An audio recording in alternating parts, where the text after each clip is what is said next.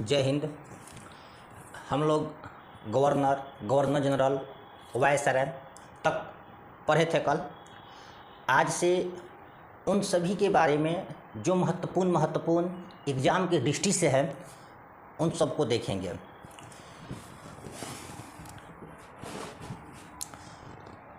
जिसमें हम एक बतलाए हैं आप लोग को, रॉबर्ट क्लाइव के बारे में बतला दिए थे। वारेन हेस्टिंग्स से स्टार्ट करना है।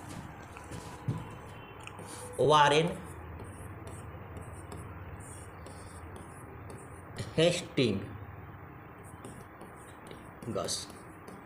हेस्टिंग या वारेन हेस्टिंगस। राधे राधे सभी भाई बहनों को। वारेन हेस्टिंग का जो काल है 1772 से लेकर 1785 तक। वारेन हेस्टिंग के समय कुछ घटना घटा था, उन सारे चीज़ को हम लोग देखते हैं जो एग्ज़ाम व्यू से इम्पोर्टेंट है। वारेन हेस्टिंग ने 1772 में फौजदारी और दीवानी व्यवस्था को लागू किए थे। फौजदारी और दीवानी। फौजदारी का अर्थ होता है आपराधिक मामला का देखरेख। आपराधिक मामला का सुनवाई होता है इसमें, फौजदारी में। फौजदारी का ही शिकार हुए थे हमारे भगत सिंह। भगत सिंह पर आपराधिक मामला दर्ज था और उन्होंने खुशी खुशी फांसी को चूम लिए थे। भगत सिंह ने एक नारा दिए थे, इनकलाब जिंदाबाद। इनकलाब जिंदाबाद का अर्थ होता है क्रांति जिंदाबाद। क्रांति मरने नहीं देना है, क्रांति को जिंदा रखना है। भगत सिंह एक व्यक्ति नहीं बल्कि एक विचार थे। इन्होंने कहे थे कि आप हमको मार सकते हो लेकिन हमारे विचार को नहीं मार सकते हो। आप एक भगत सिंह मारोगे, कल सैकड़ों भगत सिंह जन्म लेगा। तो हमारे भगत सिंह फौजदारी का ही शिकार हो गए थे। तो इसमें आपराधिक मामला को देख रेख किया जाता है, जिसे इंग्लिश में क्रिमिनल कोर्ट कहते हैं। दीवानी ये संपत्ति मामला का सुनवाई होता है। इसमें संपत्ति मामला का सुनवाई, और इसमें होता है क्रिमिनल कोर्ट, आपराधिक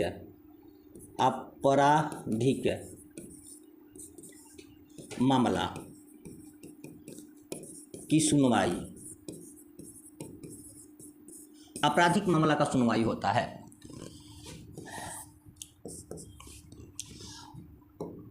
वारेन हेस्टिंग ने 1773 में रेंगयू एक्ट ला दिए थे। रेंगुलेटिंग एक्ट। रेंगुलेटिंग एक्ट।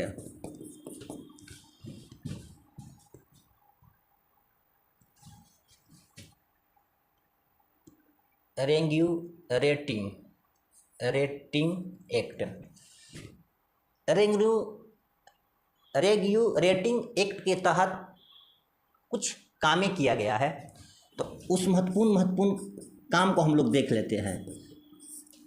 रेगुलेटिंग एक्ट के तहत सबसे पहले हुआ था कि जो बंगाल का गवर्नर थे, इनको हटा दिया गया था, इनको ख़त्म कर दिया गया था। यानी कि हम कह सकते हैं कि अंतिम बंगाल का गवर्नर कौन थे, तो वारेन हेस्टिंग साहब थे।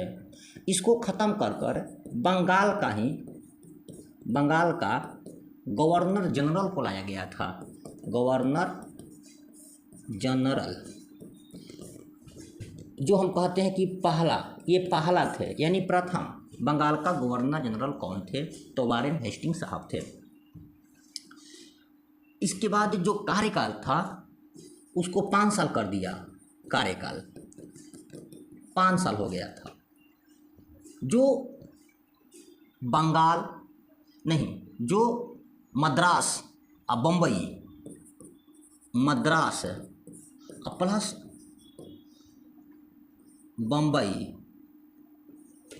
बम्बई ऐसे लिखिए या इसको ऐसे लिख दीजिए, बम्बई। आज के समय में इसको मुंबई कहा जाता है। बंगाल में मिला दिए, बंगाल में मिला दिए थे। इसके बाद इसी के तहत 1774 में उच्च न्यायालय की स्थापना किया गया था कलकत्ता में। कलकत्ता में हम कह सकते हैं कि भारत का प्रथम उच्च न्यायालय कब बना था? तो 1774 में कलकत्ता में बना था। ठीक, अंग्रेज ने बनाए थे।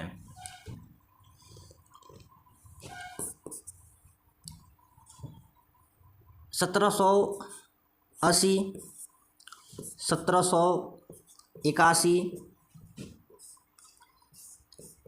1782, 1784। अब ये जो डेट दिया है ना, देखिए डेट लिखने से क्या होगा ना कि डेट से आप लोग को जल्द याद हो जाएगा और डेट से पता भी रहेगा कि कौन कौन काल में क्या क्या हुआ था। तो 1780 नहीं दिख रहा है,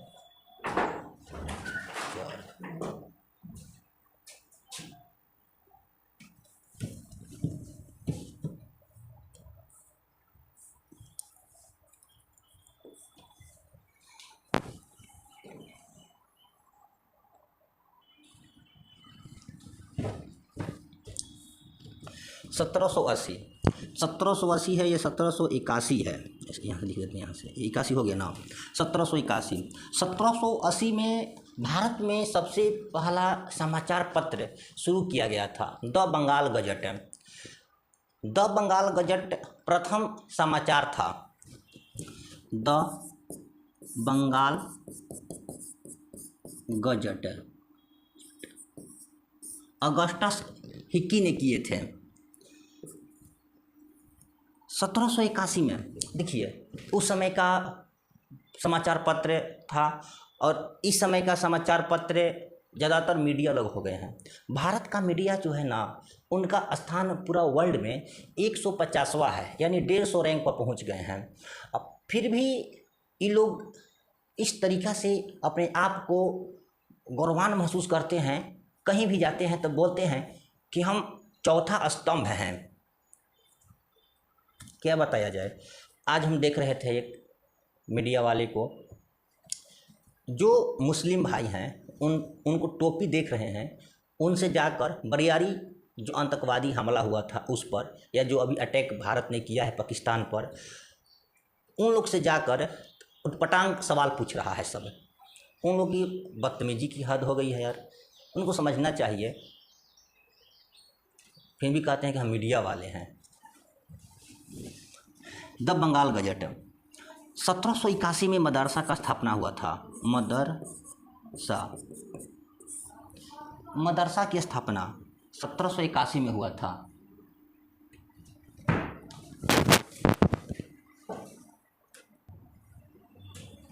मदरसा की स्थापना 1781 में हो गया था।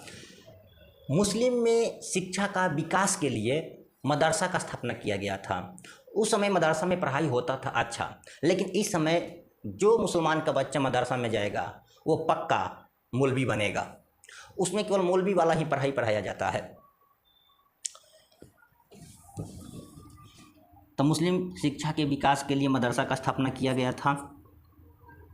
1782 में संस्कृत विद्यालय की स्थापना किया गया था। बनारस में। और जो मदरसा का स्थापना हुआ था ये हुआ था कलकत्ता में, ये हुआ था कलकत्ता में, कलकत्ता, कलकत्ता, कलकत्ता में।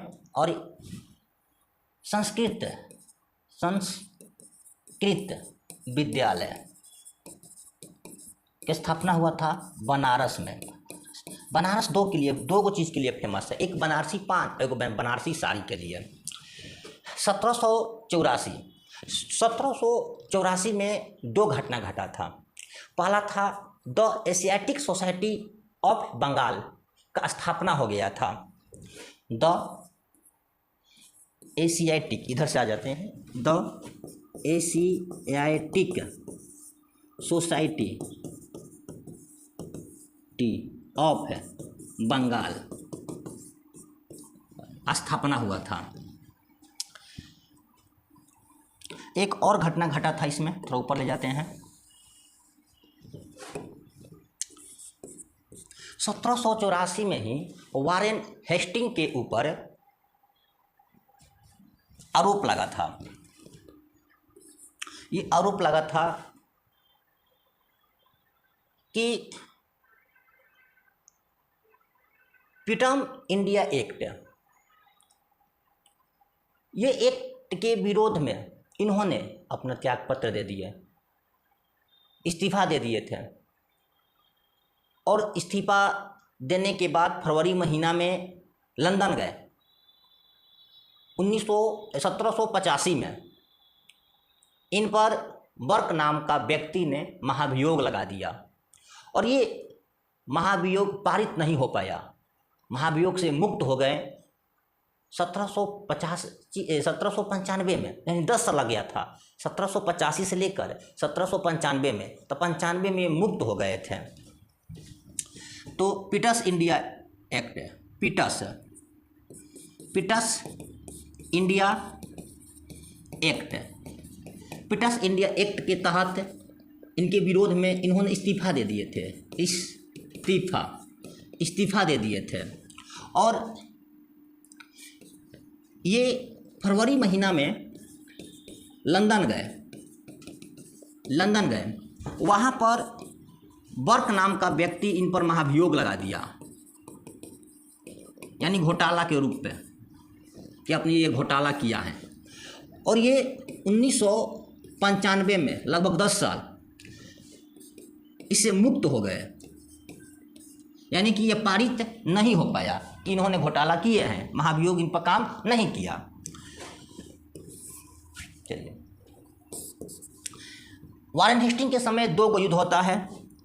प्रथम आंग्ल मराठा युद्ध है, 1775 से लेकर 1882 तक हुआ।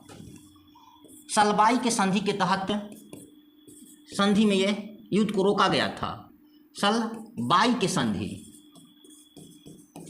के तहत इस युद्ध को रोक दिया गया। सलबाई का संधि कब हुआ था? तो लास्ट में जब युद्ध खत्म होगा उसी समय हुआ था, यानी कि 1882 में हुआ था। अच्छा, एक दूसरा युद्ध हुआ था, द्वितीय आंग्ल मैसूर युद्ध है। ये 1780 से लेकर 1784 के बीच में हुआ था। ये मैंगलोर के संधि के तहत जाकर खत्म हुआ था। मैंगलोर की संधि। तो जब युद्ध खत्म हुआ है तब तो संधि हुआ होगा, इसी संधि के तहत ये युद्ध को खत्म किया गया है 1784 में। ठीक, ये हो गया हमारा वारेन हेस्टिंग के बारे में। अब थोड़ा देख लेते हैं 2 नंबर,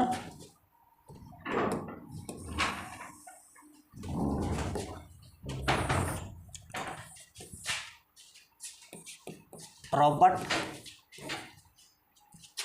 क्लाइव, नहीं, Cornwallis, Robert Cornwallis, Robert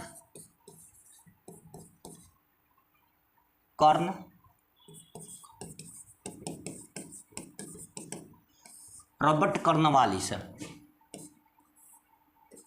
Robert Cornwallis 2 बार शासन संभालते हैं। इनका शासन काल था 1776 से 86 से लेकर 1786 से 1793 तक, और 1805 में दोबारा आए थे। दोबारा रॉबर्ट कॉर्नवालिस का पहला शासनकाल 1786 से लेकर 1793 तक था। फिर दोबारा 1805 में आए, लेकिन इनका यहीं पर मृत्यु हो गया था, यूपी के गाजियापुर में।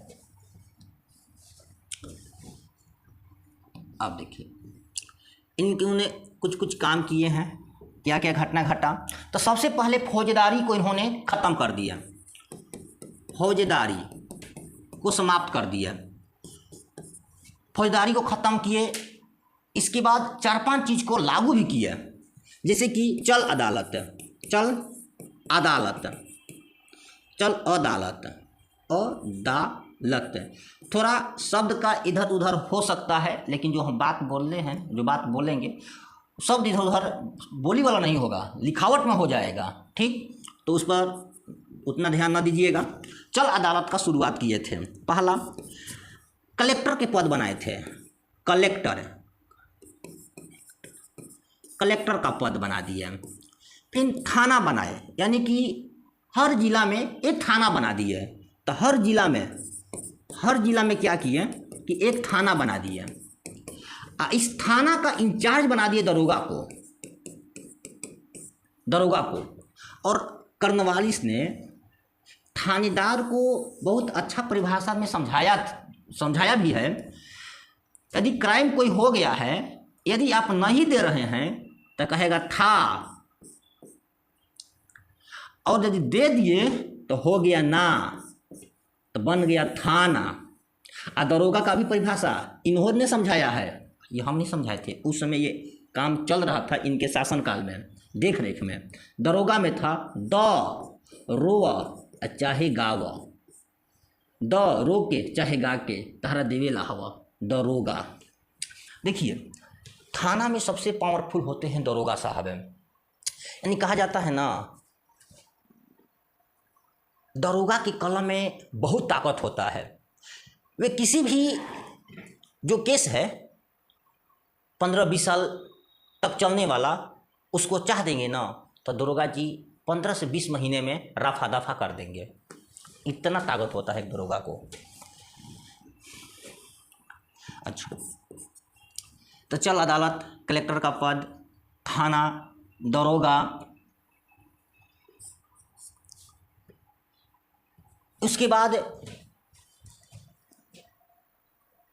इन्होंने कॉर्नवालिस एक्ट ला दिया, और कॉर्नवालिस एक्ट में कहे कि जितने ब्रिटिश के लोग हैं उनको बड़ा पोस्ट दिया जाएगा, और जितने भारतीय हैं उनको नीचा पोस्ट रखा जाएगा। यानी कि कलेक्टर का पोस्ट नहीं मिलेगा, सूबेदार का नहीं मिलेगा, जमींदार का नहीं मिलेगा, दरोगा वाला पोस्ट नहीं मिलेगा, कलेक्टर का पोस्ट नहीं मिलेगा, अमीन का पोस्ट नहीं मिलेगा। इन्होंने कॉर्नवालिस कोड में ये सब लगा दिए। तो 1793 में 2 घटना घटता है। एक कॉर्नवालिस कोड, कॉर्नवालिस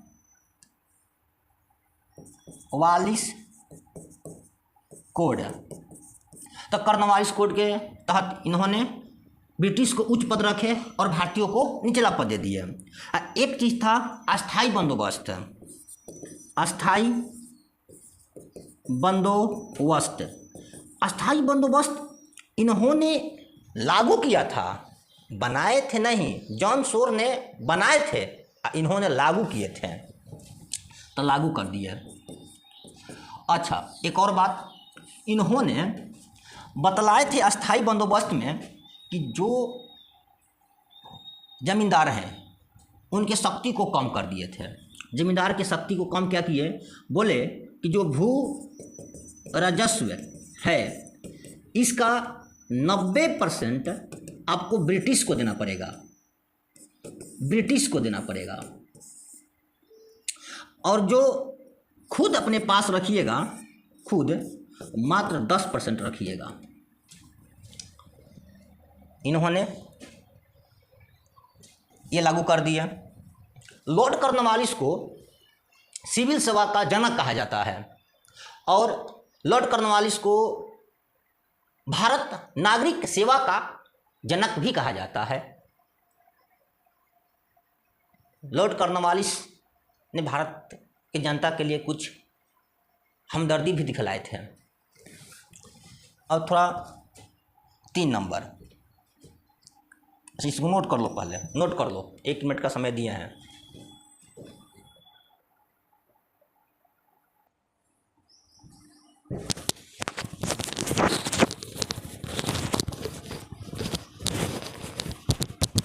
अब चलते हैं 3 नंबर, ये 2 हो गया ना। 3 नंबर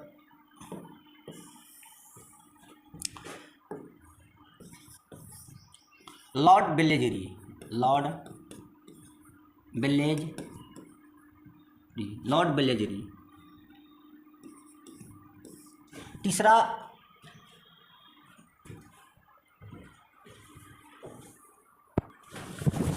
लॉर्ड बेलेजरी साहब ने मुख्य रूप से 4 काम किए हैं। लॉर्ड बेलेजली, री नहीं ली था, ली होगा, ली यहाँ पर। लॉर्ड बेलेजली जो है, ये एक बार फिर लिखते हैं, लॉर्ड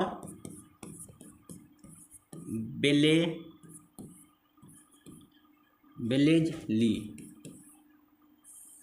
लॉर्ड बेलेजली साहब ये 1798 से 1805 तक आए रहे। इन्होंने कुछ काम किए, 4 काम किए हैं। पहला, सहायक संधि शुरू किए थे, सहायक संधि। दूसरा, खुद को बंगाल का शेर घोषित कर दिया। और जब हाल है ना, आप गांव में जाइएगा ना, खुद कुछ नहीं रहेगा, नाम रखेगा डीएम, एसपी, नस्लाइट, डाकू, गुंडा, हीरो। अब पता चला कि जाकर उधर भैंस चराता है, नाम रखा है डीएम। तो खुद को बंगाल का शेर कहे थे, खुद बंगाल का शेर बोले थे। चौथा, आंगल मैसूर युद्ध है। चौथा मैसूर युद्ध है, चौथा आंगल मैसूर युद्ध है, 1799 में हुआ था। इसमें टिप्पू सुल्तान मारे गए थे। टिप्पू सुल्तान मारे गए थे।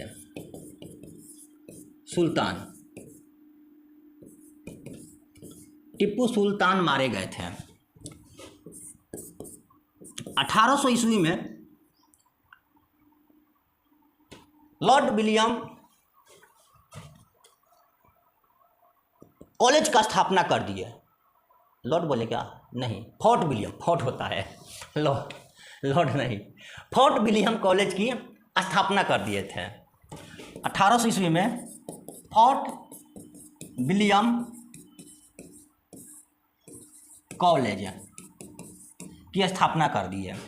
इसके बाद में कहानी खत्म। नेक्स्ट इसके आगे हम लोग कल देखेंगे। जय हिंद।